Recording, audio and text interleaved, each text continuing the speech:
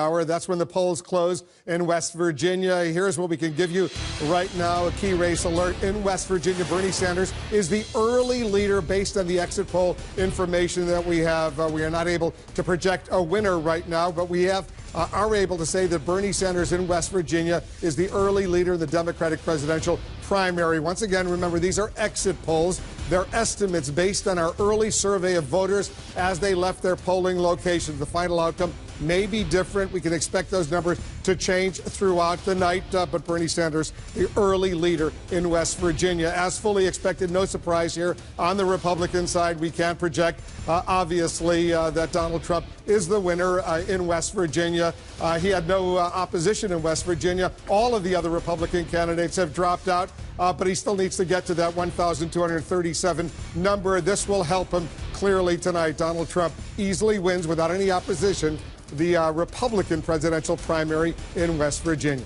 Jake, Dana, big win for Donald Trump without any opposition. Big win for Donald Trump without any opposition, although he probably would have won even if he had opposition in the state today. He is, let's be honest, he's been cleaning up, and that's why he no longer has any opposition, Dana. That's right. And as John was mentioning, one of the questions was how much of a protest vote we were going to see, not only here, but also in Nebraska. You know, the fact that we could call it so early is not a surprise, but as we see later on in the night, it will be interesting to see how much people say, you know what, no, I'm not going to vote for Donald Trump, going to the poll knowing that he is going to be the nominee. But, you know, I do think, just really quickly, the fact that West Virginia is Trump territory is really a perfect illustration of the kind of voter that he appealed to so successfully all throughout the past, you know, however many months, 6 months, 5 months? Yeah. The people who are just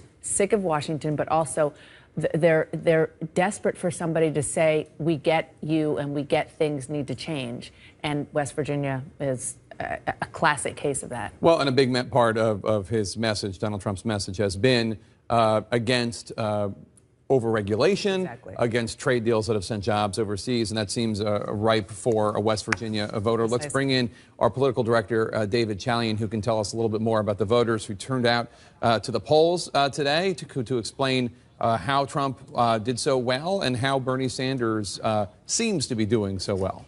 That's right. Let's look at the Democratic side, Jake. We took a look at the candidate qualities, what mattered most to the voters showing up in the West Virginia Democratic primary today.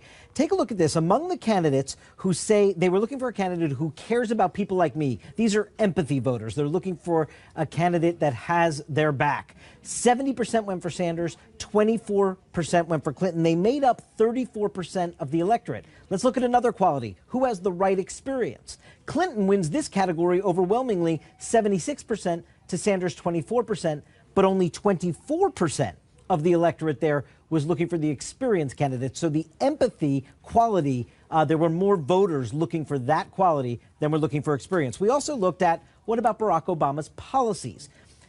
Those looking for less liberal policies than Barack Obama, I know this might be counterintuitive, are actually supporting Bernie Sanders, 62% to 29%, and 39% of the Democratic primary electorate is looking for the next president to pursue less liberal policies than Barack Obama. And as we've seen before, Hillary Clinton does well with those voters looking to continue Barack Obama's policies. She wins them here, 67% to 32%.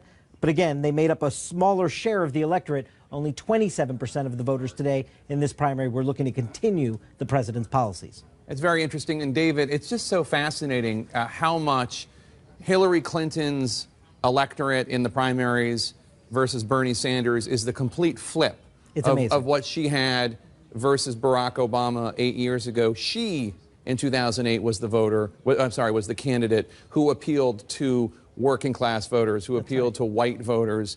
And now she loses them to Bernie Sanders almost every time. She's become the Barack Obama of this race. That is her coalition, is what he was putting together in a lot of these primary states. Very interesting. And Dana, as Jeff Zeleny reminded me earlier today, Barack Obama in the tail end, the last month or so of the Democratic contest 8 years ago, he lost contest after contest after contest, but because he had a 100 or 200 delegate lead, and the Democrats give out their delegates proportionally, he stayed ahead. It's almost like what's going on with Clinton, with the assumption, of course, that it ends the same way, although who knows? That's right. I was talking to a Clinton source who, tongue firmly in cheek, was not meaning this seriously, but it kind of goes to show how things are flip-flop now, who said, look, Obama didn't do as well as he should have for a sitting president last time around. And look at 2008, Hillary Clinton won, and she ended up losing the nomination. So maybe by losing West Virginia, she'll win the nomination. It's sort of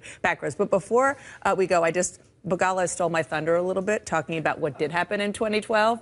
And I had the surprise for you. It's a Tapper flashback. You actually wrote a story back in 2012 about this guy who, from prison, got 40% of the Democratic vote. I don't know if you remember this. I don't. Yeah, got 40% of the Democratic vote over a sitting president, and he was somebody who was in prison in Texas. Okay, so now I do. That is the perfect illustration of how unpopular Obama is. Some people just do not want to vote for a certain candidate. Wolf? All right, thanks very much. Coming up, we have new results coming in from West Virginia. Bernie Sanders is the early leader over Hillary Clinton, according to our exit polls. Will that hold, though? Our coverage continues.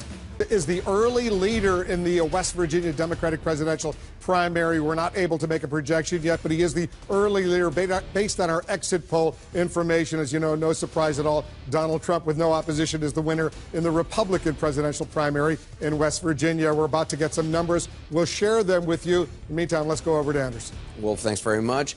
How does Hillary Clinton, moving forward, both continue to fend off Bernie Sanders and also go after Donald Trump? I think she continues doing what she's doing. She's already pivoted, as we've seen. To Trump. To Trump. She's taking him on at every turn. You know, she called him a loose cannon and every other name to you. Right. And that was the beginning of the pivot, I think, in her interview. Right, she used the term loose cannon, I think, like 2 or 3 times in that interview. Yeah, at least, right? That he's risky. And I think what she does with Bernie Sanders is just continues to campaign against Donald Trump and embrace a lot of the things that Bernie Sanders has said. I mean, if you look at the polling in West Virginia tonight, Sanders is beating her in early polls by like 16 points among women. She's got to work on her numbers with young women, with suburban women. But traditionally, in a general election, you would have Hillary Clinton sort of trying to come back more to the center in order to reach out to those and again, she can't really do that, Mike. You know what's interesting is that Bernie Sanders is really not campaigning against her at this stage. You know, he has a message all his own, and we talked earlier about how the comments about coal are probably coming back to haunt her today in this election. But it's not because he played that card. He stayed away from that card. Right. Now, he didn't run a commercial about it, which they could have very easily. Absolutely. Yeah. Now, maybe, arguably, he didn't need to if these trends continue, I guess, is the lingo I should use. Yeah. It seems like he's got this thing pretty well on its track. I think one of the things that probably hurt him in West Virginia or hurt Hillary Clinton was guns. I mean, you remember this was the state where Joe Manchin was running for the Senate, and he chose to have an ad where he was shooting the cap and trade bill with a gun.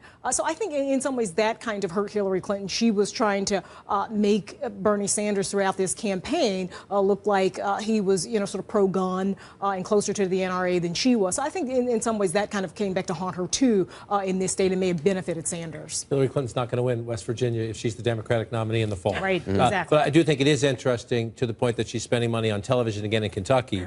She's probably not going to win Kentucky in the general election either, but you would just want to make sure that the margins, either she wins Kentucky, which would, if she can win Kentucky, she can tell Senator Sanders, fine, let's trade states for the rest of the way. But if Sanders is going to keep winning, her job is to keep it as close as possible so he doesn't eke up. Again, the task for Bernie Sanders, a lot of Clinton supporters say get out. Bernie Sanders supporters are energized. It's called the Daytona 500 for a reason. Let him, he has every right to stay in the race because he still has a possibility. Right, still winning. But it's very hard to see. He has to win 66% of the remaining pledged delegates just to catch her, right, to beat her by 1. Look, it's very unlikely, but it's a crazy year. Let's play on. I think there's another campaign going on here that has nothing to do with Bernie Sanders getting nominated. It's with the future of the Democratic Party. It's what's in this platform. It's what goes on in a presumed Clinton administration, assuming there is one. The Elizabeth Warren, Bernie Sanders wing of the party.